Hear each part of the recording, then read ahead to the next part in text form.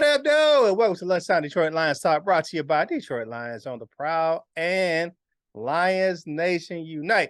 It's your man, Curt Steele. Hey, subscribe to the channel. Join the Prowl Nation family. Hit that notification bell so you know when you're getting that fresh from right here on Detroit Lions on the Prowl. Go home for Detroit Lions news and rumors. Today is Wednesday, Hump Day, baby. March 8th, 2023. On deck for today's show, Coach Mike looks at the possibility of the Lions drafting Bijan Robinson at 18 if they can't re-sign Swaggy. LL wants to know, would you still draft Jalen Carter? And I'll go over a pattern in Brad Holmes' draft strategy.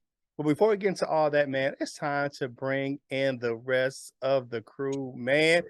Y'all know who it is, Yak Town's finest, because Yak Town don't back down. It's the man, the myth, the legend, the ladies' pet, the men's regret. You ain't seen nothing yet. The biggest player from the Himalayas, LL Cool Torrance. What's going on, my guy? Good morning, Proud Nation, and shout out to Sean Preston. Yaktown on back down. Man, and y'all know who it is, man. It's the boxing pride of Jackson, Michigan, man.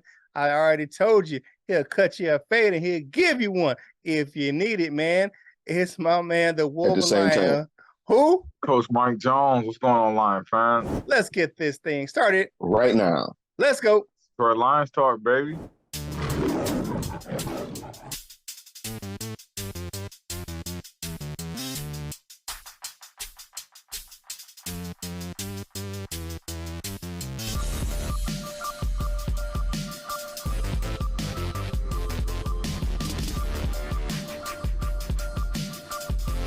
Welcome to Detroit. Welcome back to the show, everybody. Coach Mike, go ahead and tell us what you got about this running back situation. Yeah, man. Just for the record, I'm gonna let y'all know I want Jamal Williams to come back. Right? That's first and foremost. I think he's a goal line guy. He's kind of in between. You know, he can do a few things in the middle of the field, man. He can, but at the end of the day, Jamal Williams is 27 years old. And at 27 years old, you trying to get that big contract. You know what I'm saying? It's more than likely going to be your biggest contract that you get. You know what I'm saying? Just keep it out there. You're going to get the biggest contract you're going to get probably after producing that 17 touchdowns. So if the Lions cannot come to terms with Jamal Williams by the draft, we're gonna have to look elsewhere, man. You can't go on hopes and a prayer. Not when you're rebuilding this franchise and you possibly a season away from winning the division with Aaron Rodgers flying people out to his meditation place and all that stuff, man. And and it being emptied out. Man, the Lions got to go for it, man. And the hopes is that Jamal Williams doesn't get signed before the draft. I know they're in negotiations, they're talking, but if he don't get signed, we got to grab Bijan Robinson at 18. And I know everybody thinking, oh, you ain't grab a running back in the first round. Nah, man, you actually do grab a running back in the first round if the running game is just a focal point of your offense. Jared Goff's best 3 seasons is when he has that bell cow running back, you know what I'm saying, taking the helm. I mean, and Bijan Robinson, he is 5'11", 215. You're like, oh, that's Swift. And, but Bijan Robinson's built a whole lot different than Swift. Bijan Robinson has actually taken 30 carries in the game before. Bijan Robinson, actually, if you look at his stats in college, the later in the season, the more carries he takes on. So Bijan Robinson gets stronger in the season as the season goes on. This guy at the combine, he actually ran a 4.46 40, and he actually had a little stumble out the gate when he ran that 40, which people thinking it could be closer to the lower 4.4, maybe 4.43, 4.42. If it wouldn't have that little hitch in the step when he first got off the line, man. But Bijan Robinson is a complete back. He's a complete back. There's nothing that he can't do, and I'm all for it, man. Now, if we didn't grab Bijan Robinson because we traded for Jamal or we signed Jamal Williams, then I would all be in on grabbing somebody in the 5th round or you know what I'm saying, or something like that, man. But if we don't sign Jamal Williams by the draft, we have to draft a running back in the first 2 rounds, and then there's no running back better than Bijan Robinson. I'm not settling for maybe he could do this and maybe he could. I want Bijan, period. So what do y'all think about that, man? If we can't get Jamal Williams signed by the draft, what do y'all think that we should do? I think we should grab Bijan. I don't want to wait to the 4th round with that running game because that running game is so crucial to Jared Goff, man. So, what do y'all take on that, man? I like the point that you put about your point about Goff needing that kind of running back. But I mean, we don't necessarily need him because I feel like, this guy, really good guys like Dwayne McBride out there or maybe like speedier options. But I'm not arguing no. I'm gonna say that either. I think we could do both. I think we could draft Bijan Robinson at 18 or trade back a little bit, like 20-something or whatever, and still re-sign Jamal Williams. I think Curt said or had yesterday, and I think I've been seeing clips like it's almost a done deal that he should come back. And I'm not so sure that we shouldn't pay him a little more because now that Deuce is left, I kind of feel like he might have to, because I feel like he was already that, like he was already whatever for the locker room, but he's going to have to be more of that with Deuce not being here. Not to say that he's going to have to, try to supplant the new guy. And my apologies for not remembering his name right now. But, the new running backs coach, the new guy, whoever is taking Deuce's spot. Scotty Montgomery. Yeah, Scotty Montgomery. Not to say that he has to try to be that, but, it's the voice that these guys know. He's been here. He was here before a couple of the guys, whoever's going to be here. So he could kind of be that bridge or the link between the coach and the player. So I'm okay with Swaggy being here for however long, honestly. Like, I don't think he's going to cause no problems. And I don't think he's going to demand too much money. He's not going to demand $8, $9, $10 million a year. So, and I didn't know he was that young either. I kind of thought he was a little older. So it's better that he's that young. I feel way better about it now that I know, now that you said he's 27. Because I thought he was like 30. I was like, I don't know how long he's going to be here. Oh, he could be here for a long. Last year was the 6th season. I think he came in the league when he was 21. So yeah, and I don't, right at 27. Mm-hmm. And I love it, but I don't even like. I miss the days. You remember like players stayed with teams like the 3rd down back in New England for a long ass time. Kevin Folk, he was just there for his whole career. Just about. He might have left and came back a couple times. I don't even remember, but it just seemed like for as long as they was the Patriots, the old school Patriots, like the early 2000 Patriots, Kevin Folk was there. It's like he could. Not to say, he could be that kind of, he could just stick around for a while. Hey, man, if Swift wanted to, because Swift is a reliable player. I mean, a good weapon. He's a very good weapon, and you probably could, if the option is available, you could get somebody to replace him. But if he needs to stick around, because he got talent, he can stick around and be the 3rd down back for a while. Who's saying, I mean, if we're going to run it like we want to anyway, you don't need guys to run it. So yeah. I'm okay with it. I'm okay with it at 18. I'm okay with re-signing Williams too. Yeah, Bijan Robinson would be a great addition to the Lions offense. He's an instant upgrade over any running back that we have on the roster. However, the Lions may have some more pressing issues to address in the 1st round. That secondary is absolutely atrocious. I mean, I can't get around that. You know what I'm saying? We're gonna need help on the outside. It just is what it is. The fact is that it needs to be addressed in the worst way. I would like to re-sign Williams, and another option, maybe on day 2 of the draft, is Gibbs out of Alabama. You know what I'm saying? You look at him, you have more options in the draft. So, but I think the priority may be just because of, we said, the locker room presence and the leadership. I think it's going to be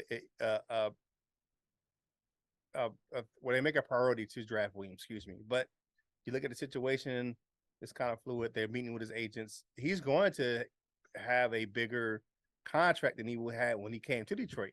because he had his best productive year last year, over 1,000 yards rushing, which is ridiculous. 17 games. Yeah, and then he had more rushing touchdowns in 1 year than he had the rest of his career. All the touchdowns he had the previous years, he beat in 1 year last year. Right. So, they're going to have to open up the pocketbook a little bit. You know what I'm saying? Maybe keep him around maybe $6 million or something like that. You know what I'm saying? Maybe have some of that in the signing bonus. So I'm looking at I would do that. around $6 million. You know what I'm saying? So, and you look at it, he didn't play on a big contract last year, so last couple of years. So he kind of played on a 2-year prove it deal. So, and he proved it last year. So he proved his worth. So, you know what I'm saying? Break him off a little bit of something. You know what I'm saying? But a little something. But if they can do it, I will have to say I agree with signing, with drafting Bijan Robinson. I mean, I wouldn't want to. That to me, that'd be what do you call that? That'd be the last ditch effort for us to make sure we have a solidified run. Yeah, but I'd rather re-sign Swaggy and then kind of look at a back in the later rounds. So that's what it is. Hey, like the video, share the video, comment on the video. Hey man, try to get this content and more to more Lions fans just like yourself, man. It's time for our family discussion topic for today is: would you draft Bijan Robinson if we cannot re-sign Jamal Williams? So answer the topic in the comment section of the video. And do we read 6 of those things in the comment section? That's later on in the video. So we do it each show. So go ahead and do that family discussion topic for us, man. Answer it in the comment section of the video. Would you draft Bijan Robinson if the Lions cannot re-sign Jamal Williams? All right, now it's time for my man, my mellow. He always eating that Honolulu Blue Jello, man, to talk about that defensive tackle down there in Georgia, man. What you got, LL? Well, I'm certain every sports fan and football fan and draft attention payer has, heard about the situation with Jalen Carter. It was alleged that he was involved or present at a fatal crash of a teammate and a team staff member back in January, like after the national championship or something like that, shortly after. So I'm not aware of all of the details because I just don't want to be honest. It's a bad situation. I don't like knowing all that bad stuff. So, but it's a lot of things swirling around. Is even to the point of he necessarily the facts or some of the things that are clear about the details is that he was not involved in the crash, but he was present, and he, may have told the police that he was not there. But then now, as a part of a separate interview or whatever it was, it came out and he said that he was, or whatever it is. I'm not so sure. And for a while, I was like, yeah, I hope he slide right to us. Funny as hell, I just seen the meme last night. It was like a lady said the wind blew drugs in her purse. As she told the police. So I hope, the wind blow him right to us. But hell, I try to watch a lot of us, because I trust our opinions on things. And Mike, even though I disagree with a lot that he says, I took this kind of like a little extra. He said, he brought in the part about the military. I never been in the military. He was like, it's like no man down. Like you never leave a guy behind. And it's like he questioned that part, like, why'd you leave, or why? You know what I'm saying? What was that about? And I'm like, because all of the things I could say is like, it was like, both of the charge, whatever. The police even said they can't charge you much. So it's like, but the legal side is all like, whatever. It's like you can get past it almost. Because the charges is misdemeanors. It's only going to carry a max of $1,000 fine. And it's like, oh, that's nothing. He was racing. I personally have a very infamous story. A lot of people know around here of racing, and it could have been very bad. Just being very young and being very crazy acting. I ain't gonna be the one to judge all that, but no, it was situations completely different. I just say that. So I question that part of it now. So it's just like I'm gonna just say I don't know no more. I don't know if I'm gonna draft him at 6. I don't think he's gonna be there at 18. He might not even be there at 6, honestly. But I don't know no more because why? You know what I'm saying? Like, and I hate that because I don't even like. You know what I'm saying? Like I don't be. Because it's so many things that come with that question. Like, why'd you leave? You know what I'm saying?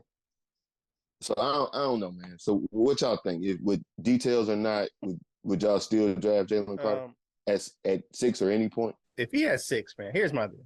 I wouldn't have a problem drafting Jalen Carter at 6. If everything's wrapped up, everything's done by the time of the draft, then you make a stupid decision by not saying whatever at the when the police interviewed him. Absolutely, it's stupid. But it is, you gotta look at the situation in its totality. They're already saying that he wasn't involved in the crash itself. He was present, but he wasn't involved. He's got the 2 misdemeanors where that could be cleared up. I think I'm with a lot of GMs right now. If everything's cleared up by the time the draft it comes, which I most likely will, because if he has a good lawyer, they're gonna make sure it's done before the draft. I wouldn't have a problem with it. You're gonna have some people, because a lot of GMs are gonna be like, if he gets this thing fixed, we're gonna take him. You got. I mean, of course. You look at Jalen Carter, his talent and things that he could do on the field. Out there, off the field stuff can get fixed, man. I mean, people. Here's my thing, and you can take this for what it's worth. People are so judgmental of stuff that has nothing to do with them, nothing concerns to him. And Michael Mike is my guy, right? And I started the military too. Right? What he did had absolutely nothing to do with the military mentality. He was never raised to have a military mentality. He was never raised to be like, hey, no man left behind. You know what I'm saying? You got to keep up with your brothers. He wasn't raised like that. He wasn't raised like that. You speaking about? Jalen Carter. Jalen Carter. That's not his. But so what though? Here's my deal. I mean, like, you can't expect him to have a military mentality, and that's not how he was brought up. It's one of those things where it's like, it ain't even about the military to me. That's almost human. It is, but it ain't. It is, but it ain't. You don't know that guy's. Do you know Jalen Carter? Do you know Jalen Carter? I don't know Jalen Carter. I don't gotta know. I don't know Jalen Carter. I don't gotta know. No, you're right. I don't. But I don't. So I can't judge. And that's why I don't. Because I don't even like that, because there's so many more questions to be asked. But why did you leave though? I will ask that. If it was me and you, man, whatever. He was covering his own ass. He was covering his own ass. That's not good though. Who? Quite good for who? It's not good for who? He was stupid. He made a mistake. He's a kid. People looking at you saying, but you never made a mistake. Here's my thing. People make mistakes all the time. I have made plenty of mistakes. But here's my thing. I don't want to be judgmental about somebody I don't know. And I don't know his mentality at the time of the incident. I don't know what was going through his mind. He's a young man who was at a situation that was absolutely beyond what most people think of a situation where he should have been in. He should have put himself in that situation. Should have never been racing, or he was racing, or never should have been at the scene of a race like that, because look at what it could do to his future.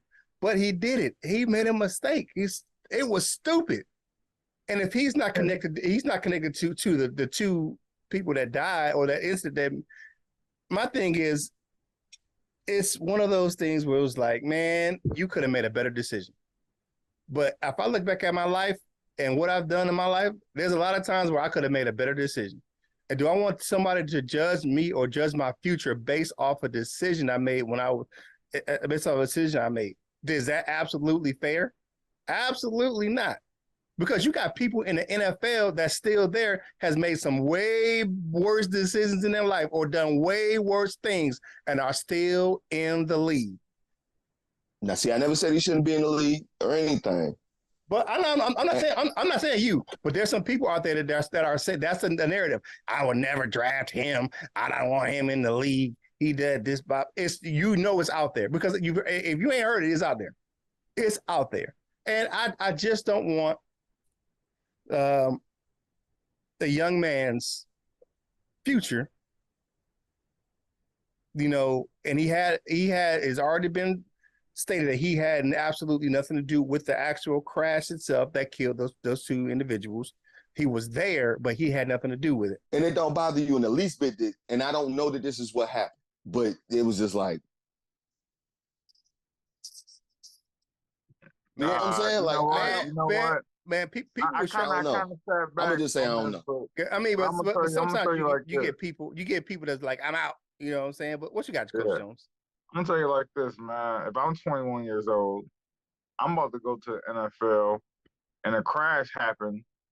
He didn't stay there until he knew they was dead and then dipped. They got into a crash and then he dipped. He didn't know all the things that happened. You know what I'm saying?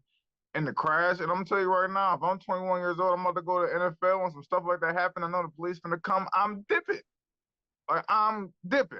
Now if somebody, after it comes out that two people died, I mean that's unfortunate. You know what I'm saying? Like it's like that, but I can't control that. You didn't even And check. I'm not. You know what I'm saying? Like, And I'm not trying Okay. to be connected with that. I'm not gonna see a bad crash happen and then and it goes in knowing like I'm gonna be in the news for this, even though I didn't have nothing to do with it. You know what I'm saying? I'm not gonna sit there and be like, oh yeah, I was, you know what I'm saying? Now if I had something to do with it, I'm staying there. And I'm like, look, I was doing it, I was driving, we crashed, I didn't know it was gonna happen. You know what I'm saying? Then I'm gonna explain and be questioning all of that. But if I'm standing there and a crash happened, I'm like, dang, and I'm like, oh dang, that was bad. I'm getting up out of here, yo. Yeah.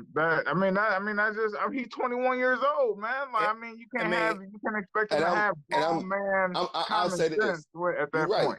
You're right, but I mean, you gotta have some common sense. But because I don't know, so I'll say that it's a okay. lot that I don't know, and because it is a scenario in my head where it's like, who I don't know the proximity. You know what I'm saying? Let's say, Mhm. but if they racing, they kind of I don't know. See, I don't know, man. I don't know. Okay, and I did with this, right? And you guys take it what it's worth, right? And is it me saying I'm not here to stroke any flames or whatever? But in today's climate, as a 21-year-old black man, I don't want to see the police. I'm a 51-year-old black man, and I don't want to see the police. Bang the gavel. I don't. Don't do things to see the police. Then Yeah, I understand what you're saying, but things that are so simple where in today's climate where you would think the police is going to help, it's sometimes, and not saying all that's police are like different that though. because You're right, all, but that's different though. all police are different. But I'm just talking about the mentality because right now I wouldn't want to. I don't want to get put over for a traffic stop. I don't. A routine if you're not doing nothing, but if you run a red light and then the police pop up, it's like, oh no, I'm a black man. No, nigga. I mean, you ran the red light. Yeah, but running a red light could turn into the Just don't run red lights. could turn to the end of my life, and it has. Don't run red lights.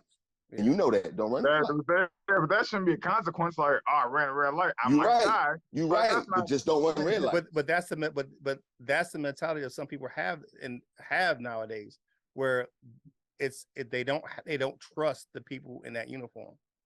Especially in the South. Yep. Especially in the South. I wish I could tell you some stories. I just say that. Some people, I'm saying all people, but some people don't trust them, especially like you say in the South. Like I live in the South, and I'm like, shit, I'm good. It ain't like up here, man. It's not the same. I think it's different than, oh no, I'm not saying he wasn't doing something that put him in a bad predicament, because we got to move on. But it just is what it is, man. Sometimes people mentality is like, I don't want to even nowhere near a police officer in today's climate right now, especially in a place like Georgia. But let's move on, man. Hey, like the video, share the video, comment on the video. Get this content out to more Lions fans just like yourself, man. Questions out there, man. Would you draft Jalen Carter if he falls to 6, man? Everybody's got their own opinion. I'm taking him. I probably still would too, but I'm gonna ask that question. Yeah, I mean, here's the deal. He's gonna have to answer some questions. Whoever takes him, when he gets to the league. This is what it is. But hey, go ahead, go over to my man, Coach Jones. You see him wearing the shirt over at wolverlion.com, man. Check him out over there, man. He'll hook you up with all kind of gear. Make sure you check us out over at Lions Nation Unite. Go up to the Facebook page and check it out, man. It's a big party over there at LNU. Either it's on the app that's available in the Google, Android, Apple App Store, or LionsNationUnite.com. Or like I said, the Facebook page, man, is always a party for Lions fans at Lions Nation Unite. Check us out on DetroitLionsOnTheProwl.com. While you're over there, get yourself some Lions gear at LionsOnTheProwlShop.com. All right, so now I've noticed a distinct pattern in Brad Holmes' draft strategy and what he does, right? And it's kind of intertwined. If you're not looking for it, you ain't gonna find it, right? So, and it's what most general managers should be doing, or if they're not doing, I don't know what it is. All right, Brad Holmes has a distinct draft pattern. he puts draft prospects in kind of like these three little categories: best player available, that's the best player on the board, positions of need, and players that are the right fit for the Lions. Man, he mixes and matches each one of these things when he's picking players for the Lions. Number one overall top priority is Lions that players that are the right fit for Detroit. They want the guys who are the right fit. He wants players that are smart, explosive, and aggressive. Now, here's where the blurred line happens for me when I look at how he drafts. People always talk about the best player available on the board, right? And the position of need. You look at Penei Sewell, 2021 draft. Sewell was the best player on the board, period, at number 7. But what else did he do? He met a position of need. The Lions' run game and the right tackle position sucked in 2020. It was a revolving door. You had Big V in and out of the lineup. You had Crosby. It was just a crap show over there at right tackle. So what do? They go and draft Penei Sewell. What did he fit? He fit all three needs. He was the best player available on the board. He was at a position of need, and he fit with his nasty, aggressive, tough style that he played. Okay, well, Curt, that's what you talk about, man. Well, let's look at another guy, right? Let's go to 2022 and look at a later round pick in Malcolm Rodriguez. Y'all know who that dude is, Rodrigo, 6th round pick, right? Now, here's where the blurred lines kind of happen, right? So you look at him, he was at position of need because of the poor linebacker play, right? At the time he was drafted, he was the best player available at a position of need. So you got best player available and position of need blending together. And we know he was the right fit for the team because of his nasty, aggressive play. He was always a heat-seeking missile toward the ball. He's fast, he's aggressive. Those are the things that mix to kind of mesh together. He has that where you have the best player available at the position of need, and he's the right fit. So those best player available and position need mix a lot to go with Brad Holmes and how he drafts, right? Well, let's look at an outlier. Jameson Williams, right? Jameson Williams, that was a surprise. He traded up to draft him in the first round, went from the bottom of the draft up to number 12. Okay. Well, he was a future position of need, and he was the best player available at his position. He was the number 1 receiver in that draft class until he got hurt with the ACL injury, right? They had already signed DJ Chark in free agency, but he was on a 1-year rental. So he was a future pick. He wasn't going to be a player that's going to make a big impact in last season, but his impact in this season is what they drafted him for. But he was the best player available at a position of need because we knew we were going to need a wide receiver because most likely DJ Chark is not coming back to Detroit. And I'm just going to tell you, be straight with you. After he had last year, he's going to get more money somewhere else, and he's not going to be in Detroit. So best player available at a position of need a person who is the right fit. Well, Curt, they talking about what he's doing. We don't know if he's the right fit for the team. Absolutely not. Jameson Williams, if you look at him, he eats, breathes, and sleeps football. Football is his life, man. That kid is smart. And what is he doing right now in the offseason? He's working out already. There's films of him working on Instagram. People say, oh, what did Brad Holmes say at the combine? Brad Holmes said the combine had nothing to do with Jameson Williams, man. He was like, well, I don't know if he's working out or not. Well, hell, he already proved he's already working out because the kid eats, sleeps, and breathes football. Yeah. So you got a player of need, the best player available, and he's a right fit for the Lions, but it just happened to be for next season and not last season. So if you look at that, Jameson Williams fits his draft strategy. Well, what about James Mitchell? James Mitchell, same thing. He's going to be the future of the Lions at tight end. Why you say that? We already had TJ Hockenson. Lions already knew they weren't going to resign TJ Hockenson. They already knew it going to the season because the talks had broke down. They weren't going to sign TJ Hockenson. So James Mitchell, a player at a position of need, he was going to play last year because his ACL injury happened earlier in the previous season in college. So he was going to be available for the Lions last year. So you look at the situation. He was one of the best tight ends in the country when he got hurt, and it was ACL injury. He's big, he's strong, he's tough, he's fast, resilient, got that grit, right fit. right? Yeah, great. One of the best players available at his position because he was one of the top touted tight ends before he got hurt. Fits all the categories, right? Now, what Brad Holmes is doing may not be sexy and it may not be what you want as a fan, but people talk about the big names out there on the board and players that he missed out on or wanted to draft. But Brad Holmes is very specific, and he said he wants the players that are the right fit at the best available at a position of need. And if they don't fit that, they're not going to Detroit. What do you guys think about what I said about the breakdown of Brad Holmes' draft strategy? It's a very, how do you say, it's very structured, right? You know, he's not going to go out of that structure. With that being said, the Lions have so many positions of need, and you don't really know what Brad Holmes considers a position of need. You know, he could, you know, guys who have to be re-signed. You know, he could think the wide receiver too is a position of need coming into the draft. You know, and things that he could, the cornerback position of need, or he might think safety is settled because Tracy Walker coming back, so that might not be a position. So you don't know exactly where that fits, but you can always believe that Brad Holmes is going to take the best talent available. And I don't think that matters on if we double up on certain positions. I think Brad Holmes is willing to double up on certain positions if the talent is there. Yeah. And he's a smart man. I trust his calculations, man, because his calculations has been working. Yeah. So whatever he calculate, whatever formula he got, I'm with it. I want that formula. I trust it, and that's the thing to do, bro.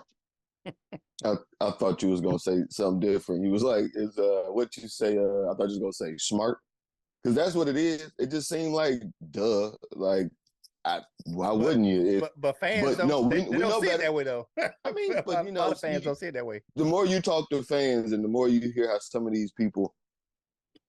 You know, when something happened at the kind, oh, we should. It's like we don't even need that. Why are you saying that? Like, chill. You know what I'm saying? Like, what are you talking about right now? But whatever, you know, fans gonna be fans. I just say that. But no, Brad Holmes, that's smart, and yeah, I feel like that should be the way that a team that I want to root for should pick things. Like, that's smart to me.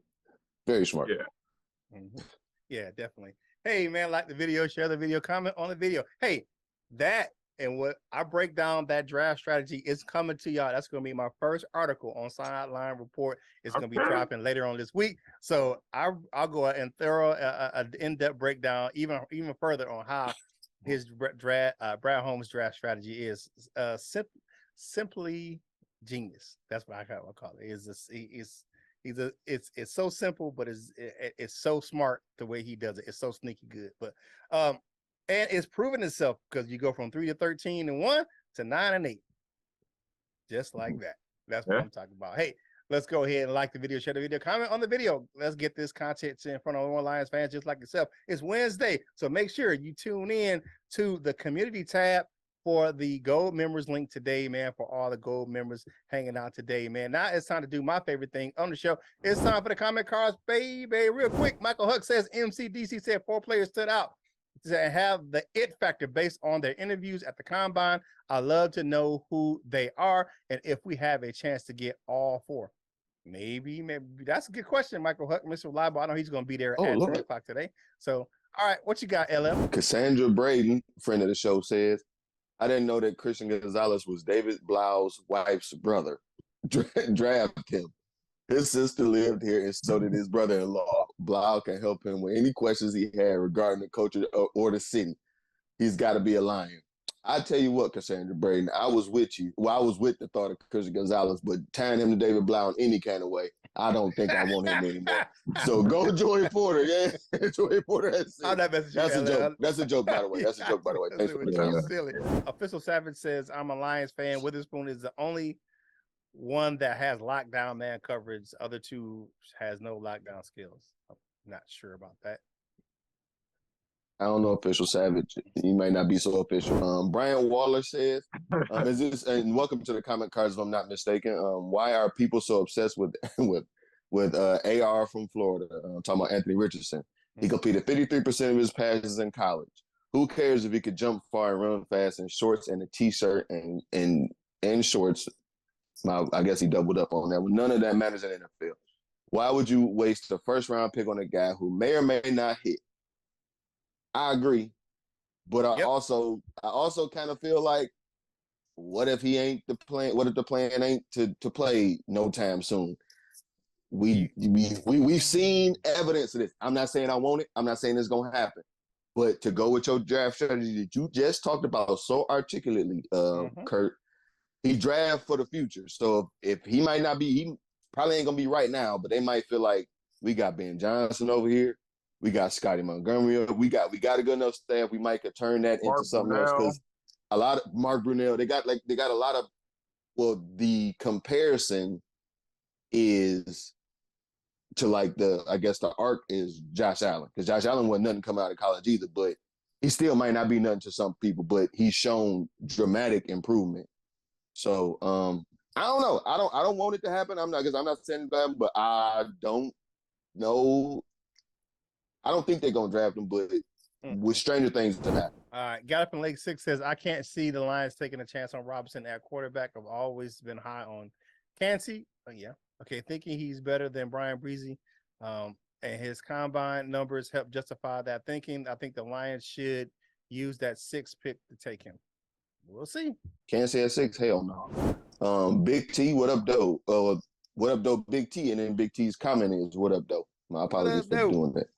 What's going on, man? Hey, man, thank you guys for leaving the comments, man. We appreciate you right here on Detroit Lions on the Prowl. Your home for Detroit Lions news and rumors, man. We appreciate you leaving the comments, man. Leave us some more comments. Tell us how we're doing. Answer the fantasy discussion topic of the day, or just give your comments on any of the topics we covered in today's show. All right, now it's time for everyone else's favorite segment. It is time for Dessert with your man Curt, brought to you by Delightful Bites. I'm not calling it everyone else's favorite segment, but that's what they say. Hey, have some coffee with your dessert, Grandeur 12. You know how we get down. You can check out Delightful Bites and the links in the description below. Go check out all the beautiful dessert footage over at Delightful Bites on our Facebook page. If you don't do Facebook, you can go over to Instagram or TikTok and just type in Delightful Bites and see all that beautiful dessert footage. Delightful Bites, get your cooking on. All right, the Lions franchise tag goes unused for the 5th straight year. Didn't think we had a player who could be franchised in the first place, so I'm down with that. The Lions last used their franchise tag in 2018 to franchise tag one Mr. Ziggy Ansah. So that was the last time, 5 straight years. Maybe we'll have one guy that will be fit that category next year. But that is your dessert with your man Curt, brought to you by Delightful Bites. Delightful Bites, get your cooking on. I'm not saying we are.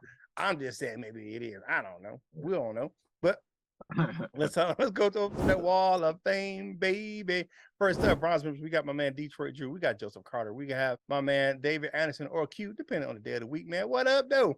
You got Timmy Birch in the building, Sage Roberts. You got Rich Bean, and we on top though 100 along with Nomis J. What up, Gnome? Go check his content out over there on his YouTube channel. For silver members, we got my man Cap Ice Cold. We got Henry Wallace, Kirkland Pratt, and Big Dale in the building. Like I told you before, gold members today at 3 o'clock for that meeting. Mr. Reliable Michael Hook, he's usually always in the building. Larry McQuiston, you got Dr. Detroit, Michael Lewis, Lady Lionel of Douchebag. What's up, Nicole? You got the Jazzy one, Paul Giroux, Tornado checking in from Utah, and the Doctor. Dr. Detroit, he is always in.